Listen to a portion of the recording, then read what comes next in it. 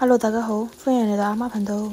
今日又落大雨啦，成個天都陰陰沉沉，我就突然間記起買咗一盒啲肉係粉紅色嘅奇異果，今日就同大家分享下啦。好少喺 Sam's Club 度見到有呢啲限定嘅水果，雖然有啲貴，9個幾，差唔多10蚊一盒，就當試下啦。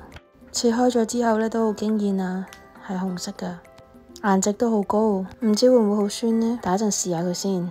雖然話我都中意落雨天嘅，但係見到個天黑晒，突然之間好 down，就想食啲水果抵消翻啲心情啊。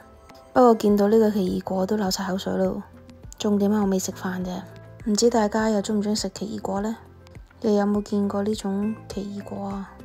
通常我買嗰啲都係好酸嘅，所以我哋都唔係好中意食。最近通貨膨脹，搞到啲物價係咁升，啲人係咁囤貨。計我話呢，就靜觀其變啦。有陣時見到自己想食嘅嘢，咪買咯，一次半次冇所謂嘅，最緊要自己開心。之後呢，我就加咗啲士多啤梨，點綴下，簡簡單單一碟飯後果，又好睇又好食，試下甜唔甜先。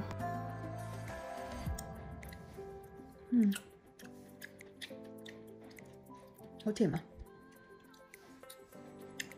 超高顏值，同埋紅色嘅奇異果，超甜。